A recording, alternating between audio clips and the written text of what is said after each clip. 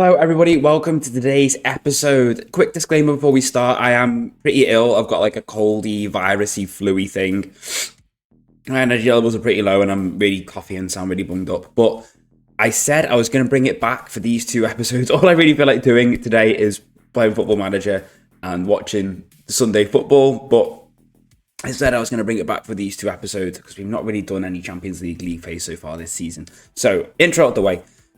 Today is huge. Last season in the Champions League phase, we had what I classed as like an outside shot of going through. This time, we're kind of in the threshold, coming from outside to in, I would say. But in our way is Man City and Arsenal, so there's a chance that we're going to get booted straight back out again.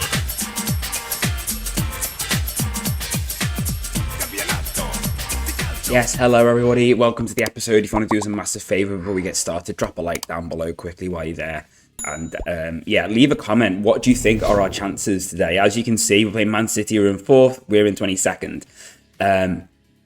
We have had I would say, frustrating Champions League campaign in regards to the fact that we could have got probably more points than we've actually got. So we actually started our campaign incredibly well, beating Galatasaray 3-0 at home. Goals from Abinho, Rykov and Sylvester Nygaard. Before we actually took the lead against Lyon before giving away a penalty, which the match engine did not make it look at all like a penalty. And that has been a theme of our Champions League campaign, I would say.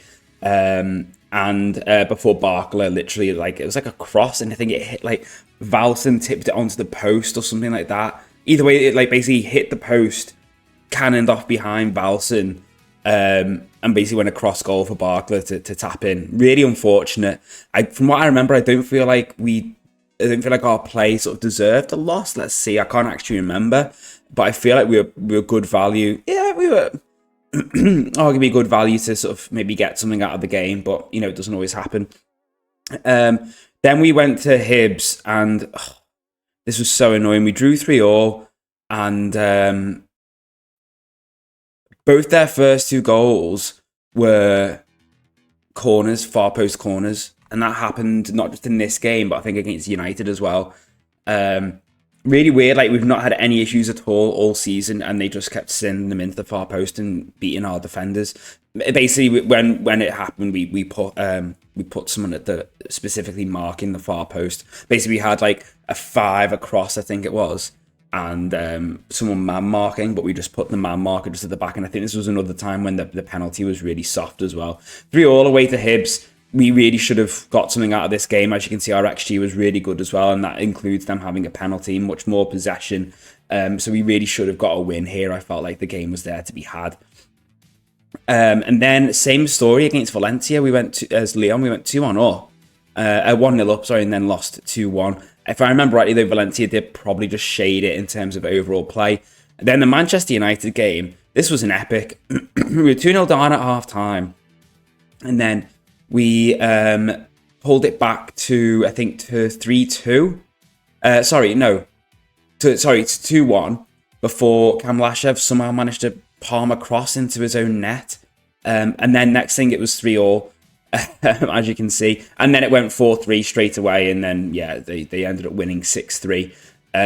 Some really stupid moments in this game. Obviously, the Kamlashev own goal. Some really shocking defending at times. Not just defensively, in terms of players like Ragnarsson, just not reading, like, just taking too long on the ball, not reading players coming around the back of him. Ricagni giving the ball away, just stupid passing out from the back.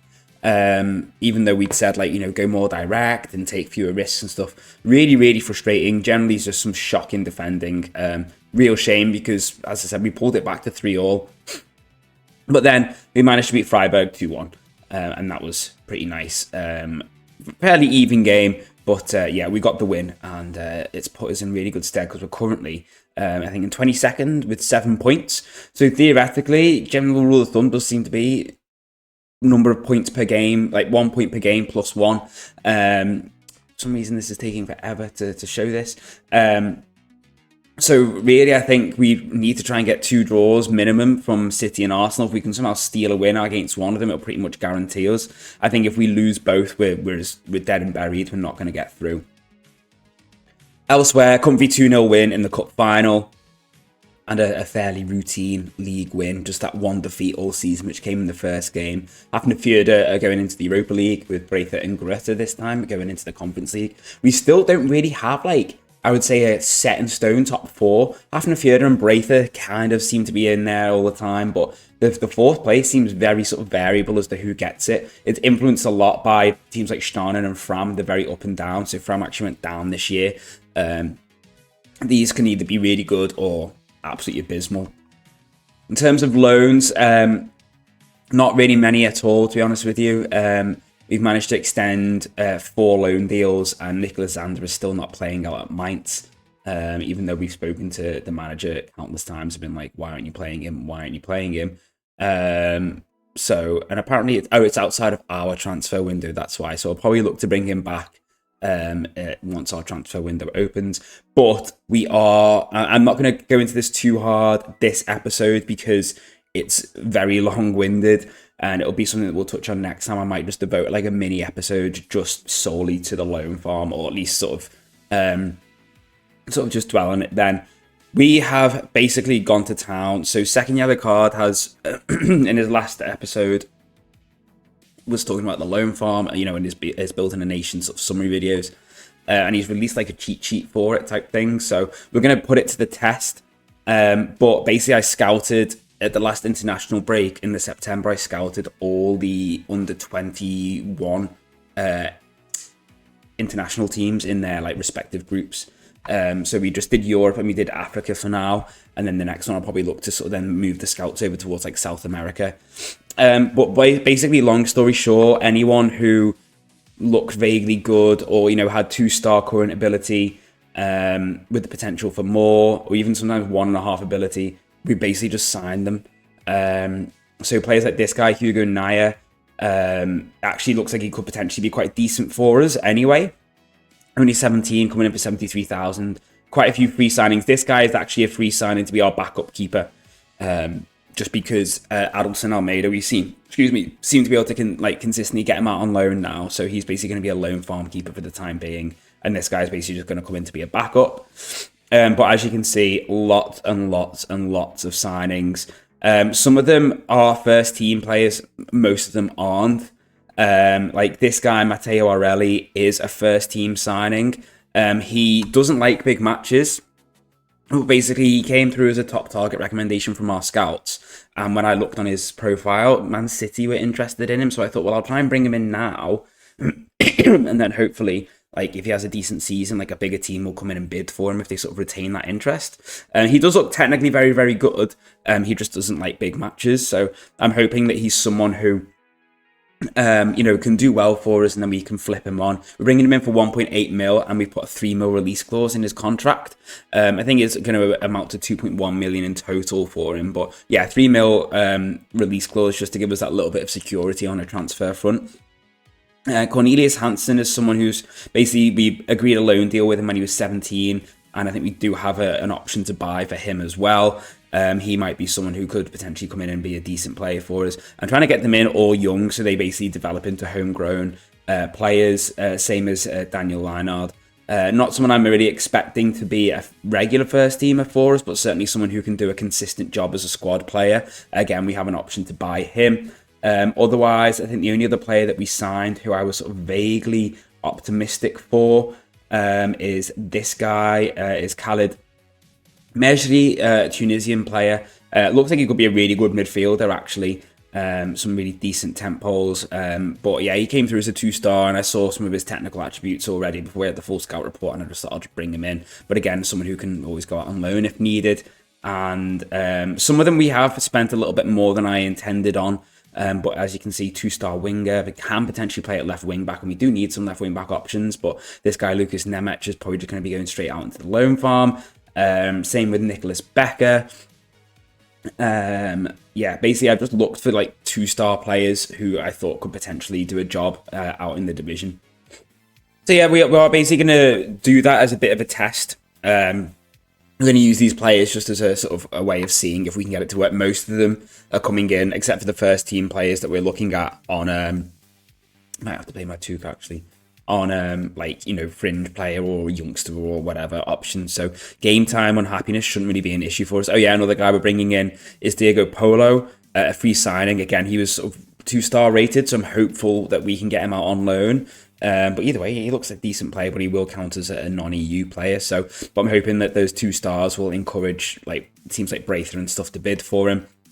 We've also got Chen Xiaoyan coming in on a free signing. He's someone actually we saw like a season ago, and I think he was a free agent then. But basically, there's interest in Wilfried Capray, so I'm kind of half expecting him to leave.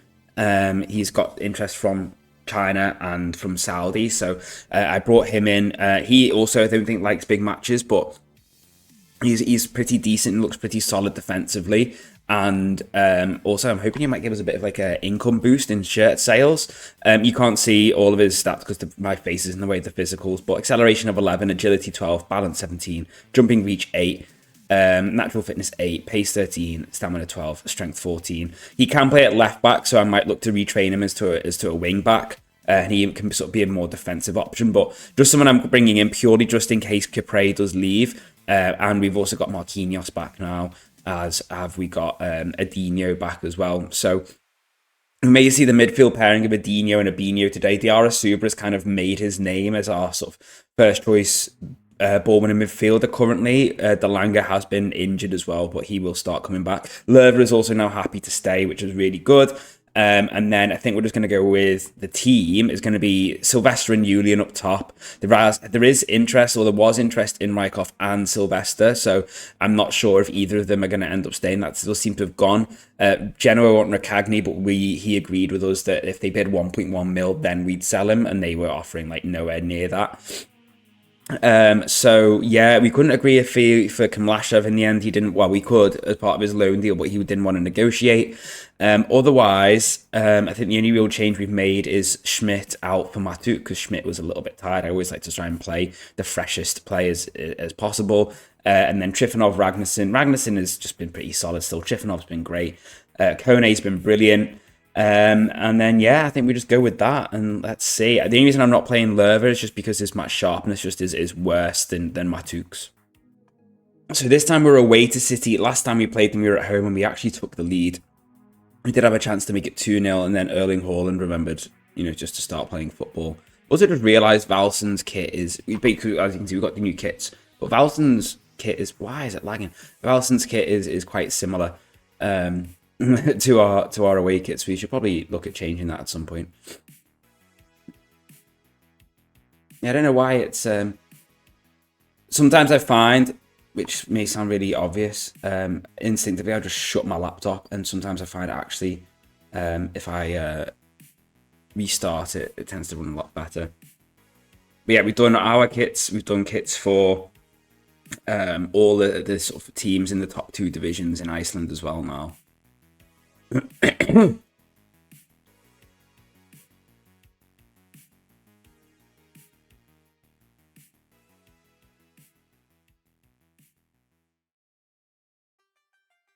Oh, come on.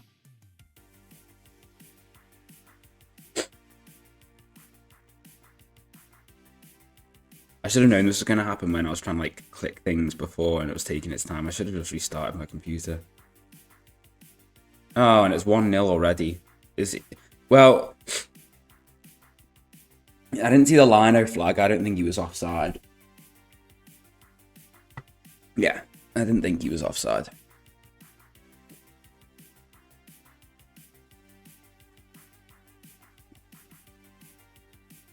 Don't know. It did look quite tight actually, but.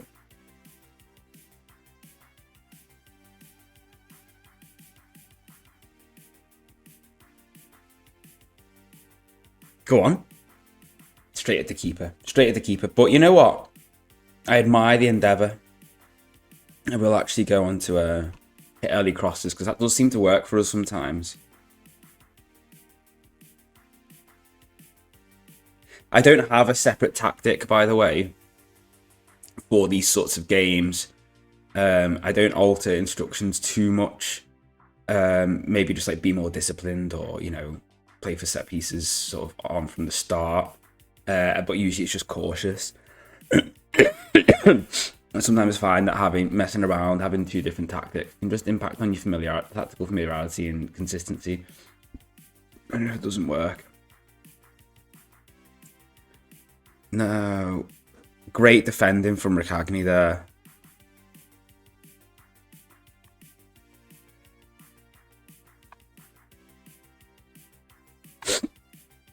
Again, sorry everyone for the grossness. Valson suffered a stubbed finger. Get on with it, mate.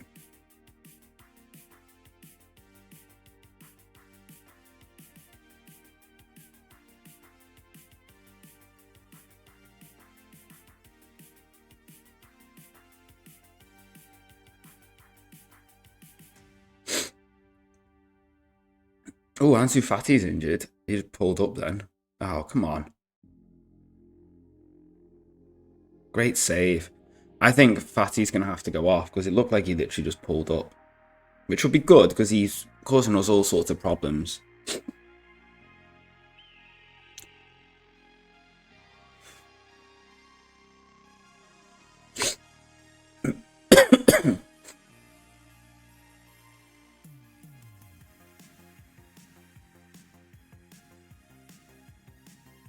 He's still on.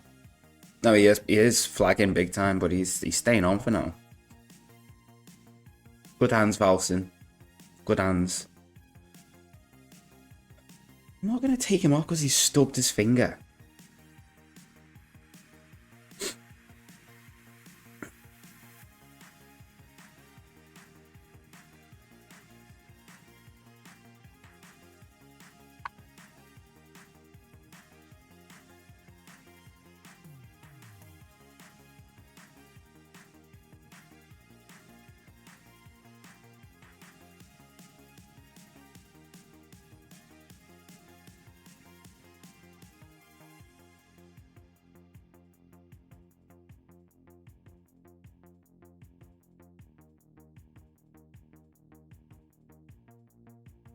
Won the ball back really well then, and then just gives it away. But yeah, at the sort of from about December onwards, there was sort of relatively concrete interest in Nigel and Rykov, mainly from Saudi, but they seem to have gone. So I'm kind of glad that the bids haven't materialized yet because great save. Because I was going to say he did look offside, because I didn't want players to be getting unsettled before the Champions League games, or, leaving before we got to these Champions League games because it was going to snooker us. So thankfully, so far, so good. They're still here, and we've not had any unsettling bids for them. I'm quite happy for bids to come in, sort of on the 31st of January, once the Champions League's finished. Well, I say finished once the league phase is finished. Hopefully our Champions League campaign won't be finished by then. But like I said, I'm not very optimistic. They're missing out on the points against Hibs. And the fact that we just couldn't hold on against Valencia because it was like an 85th minute winner from them or something like that. And the fact that we couldn't just get the ball over the line against Lyon to get a draw. We've had chances to put ourselves in a better position than we are now, to a point where we wouldn't necessarily have to be relying on trying to get some sort of positive result against City and Arsenal. But you know what, these things happen, and there's no point stressing about it. This is our second Champions League phase campaign in a row now, and the fact that we've managed to pick up, 2 wins so far this season in the league phase, whereas last year we didn't get any. We had 3 draws. This year we've had 2 wins and a draw. That's fantastic progress. So hopefully next season we'll be able to sort of achieve a little bit more. Assuming we can get there. Probably gonna have to make some subs, I think, at half time, because a couple of the players who are on, like Matuk's not having a great game. And maybe we'll bring on Schmidt, because Schmidt has generally been in good form this season. And maybe I have to take off Kone, which is fine. I've got Kipre on the bench. The reason Kipre's on the bench is because he's not long come back from AFCON, so he's not sort of fully sharp. You know what? 1-0 at half time with that amount of sort of dominance from City. after going 1-0 down earlier is pretty good. So AKUREYRI has come on for Kone and Schmidt has come on for Matuk, and we've also decided to really sort of slow our tempo down a little bit, but just launch the ball forwards. We're just going really, really direct, and we're just going to try and just keep the ball down their end and just put their back line under a little bit of pressure, because we've only had that one chance, that header from Rykov, which was straight at the keeper. So I'm just going to try and just launch the ball forwards and just see if we can put them under a little bit of pressure, and keep the ball away from our goal. Abinho will come off soon. Rykov will come off soon. Maybe even Ragnarsson. Yeah, we're just going to... Diaz handballed. Why isn't he getting booked then? Corruption. Blatant corruption. Get that away. What is Valson doing? That was not a sublime move by Man City. That was just a cross all the way over the VAR post. How can you call that a sublime move? Look at the keeper. Like, what is he doing? And that's probably the game done now.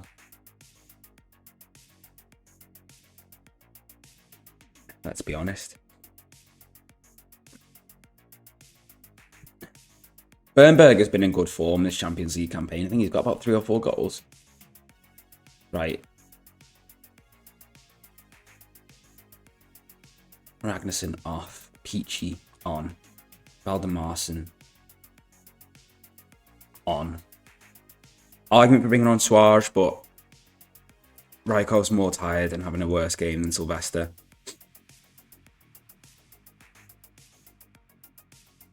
Great save from Valson.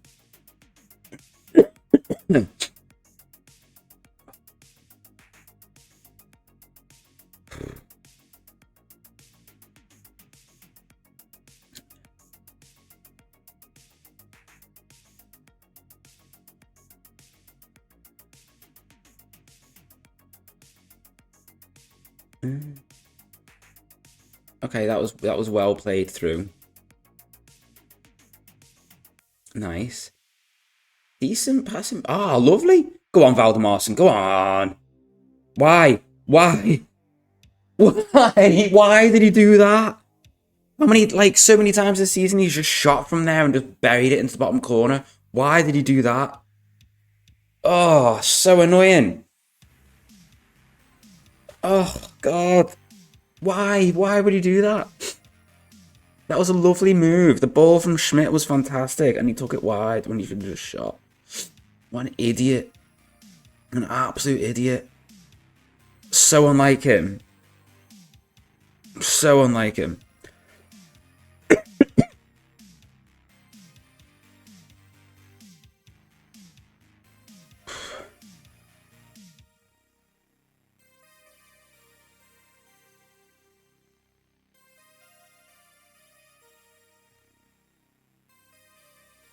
Thank you, Ricagni. Good defending. But yeah, if we can get 1.1 mil for like Ricagni when we signed him for free, that'll be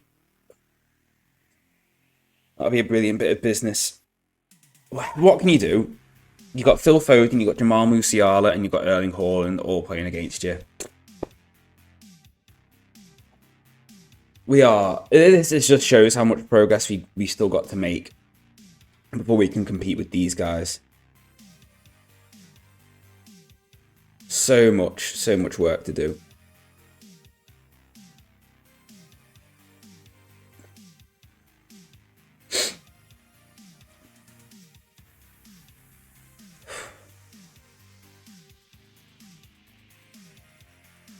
You want me to press Haaland and Musiala? Do you know how good they are? As soon as I press them, they'll just spin around, ping the ball around me.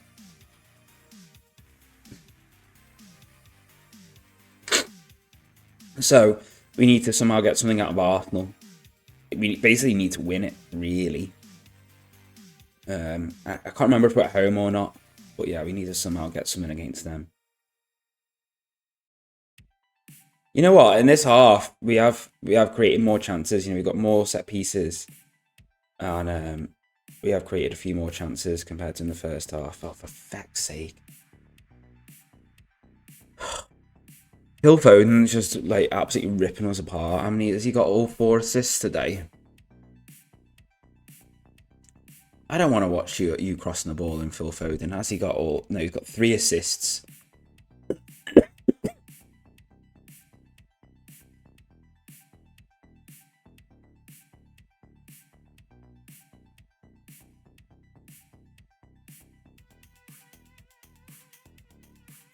Oh, good lord.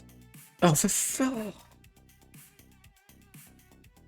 This is like when you play FIFA on online or whatever it's called now, EA Sports FC, and you start going 3-4-0 up, and the other player just stops playing. Usually I'm the one who's 3-4-0 down. I just stop playing, and they just start ripping you a new one, and they just start absolutely just cutting through you. I mean, that's not a brilliant goalkeeping from Valson, but absolutely capitulated in this half. There's only 1-0 at half time,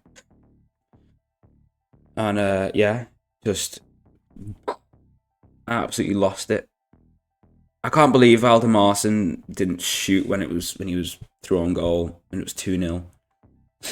Imagine if he'd have, smashed that home, made it 2-1. I mean, City still probably would have. They probably would have just punished us even harder. They said, "You dare like draw blood against us, we'll just smash you now."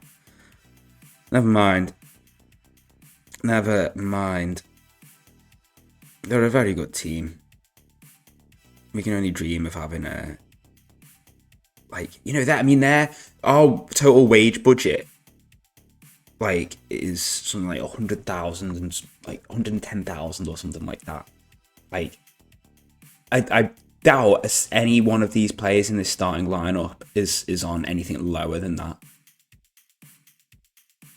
Hey, what a lesson. So everyone, for the game against Arsenal, we're playing this on the Tuesday, so all the other games on the Wednesday.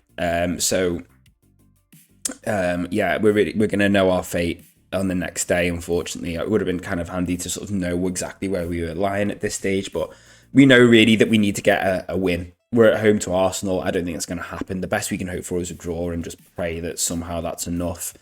Made a couple of changes from last time out. Schmidt's going to start. He's fully fit. Valdemarson and Suarez are going to start up top. And Peachy is going to start for Abinho. Ricagney is in for Kone. Kone suspended. And then we've got plenty of options on the bench. We've got Gallo, we've got Matuk, we've got Lerva, Abinho still there, Sylvester, Lindstrom, McCauley, Adinho as well. Plenty of options for players to change the game. Apparently, once again, as well, we're the leading Champions League goal scorers. We just got asked about it in the tunnel. It's going to be really hard. Arsenal's team is ridiculous. The only thing I can hope for is that we're at home and maybe we can sort of use that to our advantage. But they've still got Havertz, they've still got Saka, they've still got Martinelli, they've still got Rice, Saliba, Aaron Hickey now. Like, the team is just crazy, man. Since I last saw you, since the City game, we've had bids in for Kipre and Suarez from Shanghai Port. Both of them were like nowhere near the value that we would sell them for, and neither player was particularly bothered either. So I'm gonna go balance, neither player was particularly bothered about going there. So we were like, that's fine, we'll just reject them. Everyone has their price. The offers were way short of that. I am kind of prepared to sell Kipre this window. I've already planned on it. I've already planned on him leaving because I knew there was interest in him. So I've signed players accordingly. So if the right bid comes in, he will be leaving. Because I know that as soon as like someone like Saudi comes in for him, he's probably going to want to go. So I've sort of preemptively got some players coming in, like the Chinese free agent. What's his name? Shen Yaozhan or something like that. So yeah, we're prepared for him to go.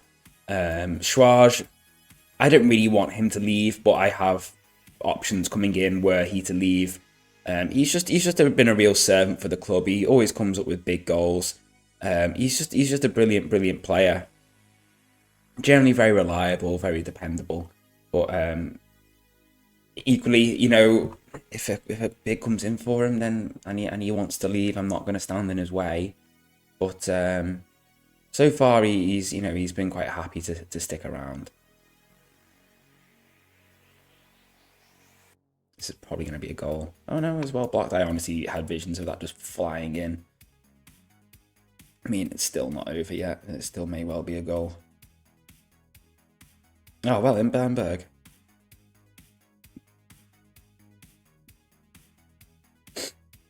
Still. Oh, wow. I honestly thought that was going to be a goal. I'm amazed that Odegaard missed that.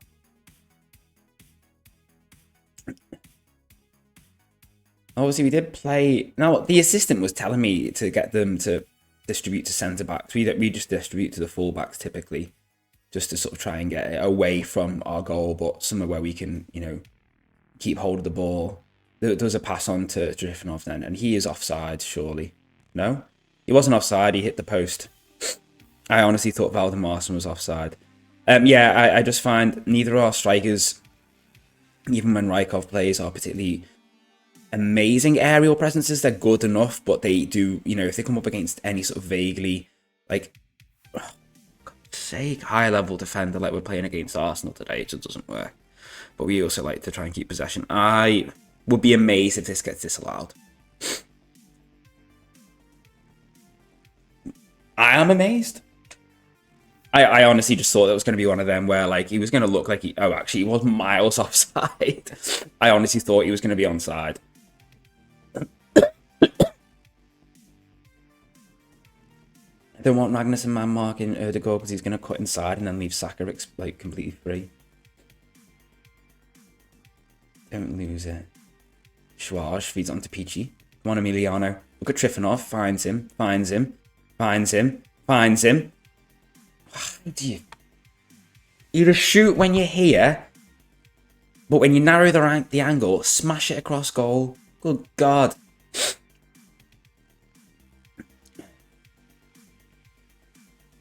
If he's offside, I'm going to lose my mind. That's a terrible cross. That's why you're not right-footed, mate. Why don't you just cross with your left?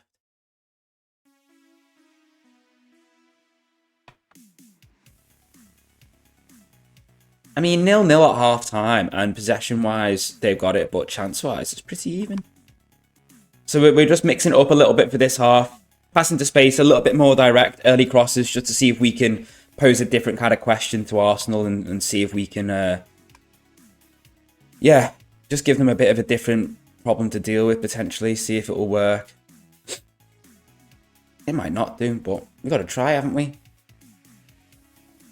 Because honestly, if we can somehow sneak a win here, it pretty much guarantees us progress through to the next round. Having said that, we will probably lose, because as soon as I seem to show any sign of optimism at all about a performance, you know, being 0-0 at home to Arsenal, a good team, matching them well, we're going to concede probably in the next 10 minutes. And probably, like, from a perfectly avoidable goal as well. So far, they've had a corner and a free kick. I'm pretty sure that free kick probably came about from that corner, which we just headed clear. And we're going to probably ping it into Rakagni now, which we always do. And then he's going to play it up to Peachy, I don't know. And then that's a little bit of a poor pass to Capre. And Ragnarsson has somehow managed to keep that ball in his possession, despite massively selling himself short. And the cross is coming in, and it's still coming out to Trifonov. Can he recycle the ball? He can. And Valdemarson has somehow hit it wide from there, and it's gone out for a throw-in. Literally in the 6-yard box, and he hits it wide. Somehow hits it that badly that it scuffs from here all the way out for a throw-in. That's shocking. We've got Rykov on the bench. He would usually lap up chances like that. It's come back out to Emiliano. Schwarz with the shot, and it's saved. Well, was it saved or blocked? I can't remember, but anyway. And here's another ball in. Come on, Trifonov, you should be getting that. Well, I'm amazed that it's been almost that 10 minutes and we've not conceded yet. Here's Schmidt to Trifonov. Oh. Right, Rykov's going to come on. I want someone with a little bit more about him up top now. Valdemarson's done his thing. Showed why maybe I probably should have started Rykov, but hey-ho. Back out to Swaj. Can he get a decent crossing? But no. You know what? Is that maybe when that happens, that comes from having play for set pieces. And we've only brought on one player, but 3 of our players have changed kit. Rykov's just hit the inside of the post. Why did it lag then? But it's literally just hit the inside of the post. Bear in mind, Diarra has stayed on. And Rikagni has stayed on. But Rykov... Basically, 3 of our players have changed kit now. Now playing in black. Which is wonderful. Just what we want. Just to add a little bit of confusion. At least we know it's not an Arsenal player. It's so annoying that we just had that little spell there and we couldn't really get a goal. We, hit the inside of the post. Valdemarson had a brilliant chance. A couple of good saves from Ramsdale. Swaj. Come on, boys. Come on. Right, making a change now. Bring on Delanga for Diarra. Bring on Lerva for Schmidt. And then I'm probably going to change Pitchy and Swaj at some point. Oh! The 2 players that I just said I was going to change are just combined for an absolute brilliant goal. Swaj and then Pitchy. Swaj with the assist, a little layoff. And Pitchy absolutely smashes it in. Unbelievable. Ragnarsson wins the ball well. Swaj lays it off to Pitchy. Touch. Bang. In off the post. What a goal. What an absolute screamer. I'm still going to keep those changes going. Keep them fresh. Right, come on. This is huge. This is huge. I don't really want to change anything yet. That was unbelievably lucky. Who the frick was marking him? Sorry, not marking him. That should have been a goal. How did Havertz miss that? People will say, oh, it's Havertz, 60, what did they say? 63 million wasted or something like that. And there's a Muller just did an Instagram post, didn't he, with him joking about how he's supposedly rubbish. Come on, Delanga. Lovely, lovely. Awful cross. Absolutely awful cross. All he had to do was just get it vaguely near Rykov and he was completely unmarked.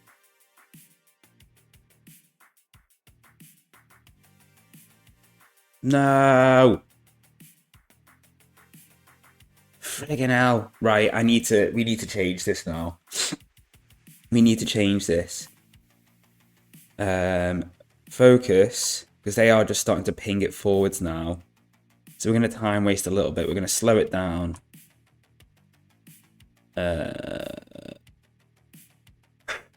Stop crosses for now. Maybe just drop the line slightly. I don't always like dropping the line. I find sometimes it just invites things on. Yeah, I am going to bring Lindstrom on actually because he's much better aerially than Trifanov, so he's better at defending those back post crosses. For the last change, I don't know. Who do we take off the last change? Gallo? Bring Gallo on for Pitchy, maybe? Or Macaulay or Matlu for Ragnarsson? Oh, leave it. Actually, I'm going to leave it because I'd hate for someone to get injured and then us have no subs. Honestly, guys, if we pull this off, I'm not going to get ahead of myself because we will probably concede like a really stupid equaliser, and then they'll probably score straight after. So stuff like that is, incredibly frustrating. Here's Havertz, and he scores. There we go. Called it. I don't think he's offside. I don't think he's offside again. Once again, I'll be amazed if he's offside. Yeah, I didn't think he was. Absolutely stupid. Why? Why?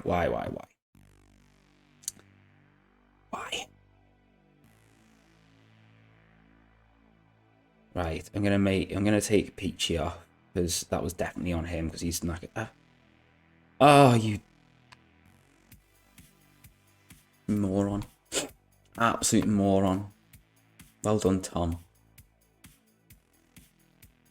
Right. I'm gonna leave it as it is because we need, but to have any chances. For feck's sake. I was going to say, we need to get a draw for us to have any hope of going through, and that's gone.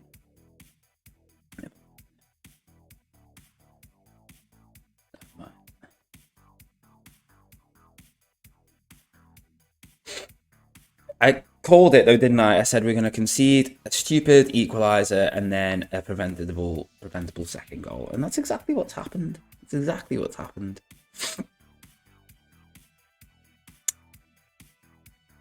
Never mind. Never mind.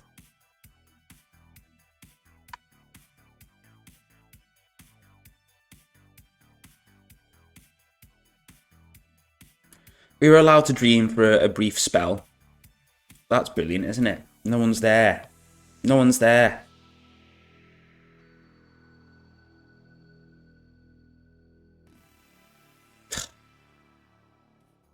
So everyone, as it stands, with plenty of teams still to play tomorrow, we've got 1, 2, 3, 4 teams who could all overtake us. So let's hope they all lose. So from what I remember, the teams we need to worry about are Copenhagen, Feyenoord, Monaco, and Freiburg, and there's a chance that they all lose. There's a chance that they all lose, and if they do, lost, drew, lost, lost. Oh, Feyenoord! I had a horrible feeling they were going to pip us. You tossers. Who was it? Napoli. You scroats, absolute wasters. If they'd have just beaten them. Oh, good lord. Absolute swines. If they'd have just beaten Feyenoord, we'd have snuck through.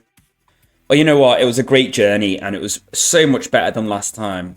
Like, that was absolutely brilliant. So, everyone, this guy's release clause, is a release clause of 4.1? Yeah, no, not 4.1. He's not a 4.1 million player, I don't think. He's 4.1 million because he plays for Dortmund. Yeah, we're trying to find some more another wing back, because we are aware of Ragnarsson's shortcomings. This guy is apparently highly rated.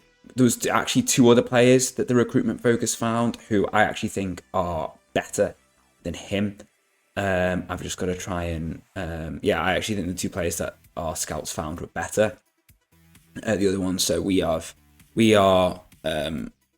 scouting them in as well.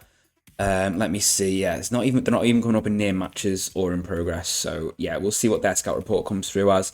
And this is just an example of just some of the players we're coming through on our youth team scouting. So like someone like him, he'll go on the short list. 16-year-old, he'd definitely be good for like lower level teams. We'll scout him because he's 3-star potential ability. So he might be another one. Same with him. Further scout him. We just basically go through, scout any player who's 17 and under for a week and see who comes back. The reason we go for 17 and under is because we want them to be as close to 18 as possible when they join, so they can start working on that homegrown nation status basically. So yeah, we'll keep scouting some of these guys. Like I said, I will potentially look to do a video maybe a little bit earlier than normal, just for like a loan farm update, maybe just to see if it worked, or depending on how well it does work, I might just wait until I bring it back for like, you know, as we usually do in the summer, and just sort of go into it then.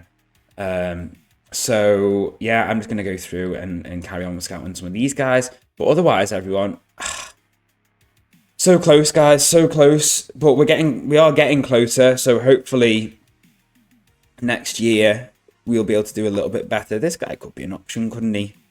I mean, he's not going to cost us a huge amount of money. So yeah, hopefully next season is the one where we finally push through. Coefficient wise, I think we're due to have a decent season. That's a 6-point season. So it's due to see us go up into 26th above Slovakia. Because Bulgaria and Romania and Czechia have all sort of pulled it out of the bag a little bit in the group stages. They're probably doing well in the Conference League and stuff. So yeah, so I'll see you all then. Take care, everyone. Thank you so much for watching. And I'll see you all very soon with another update. Bye for now.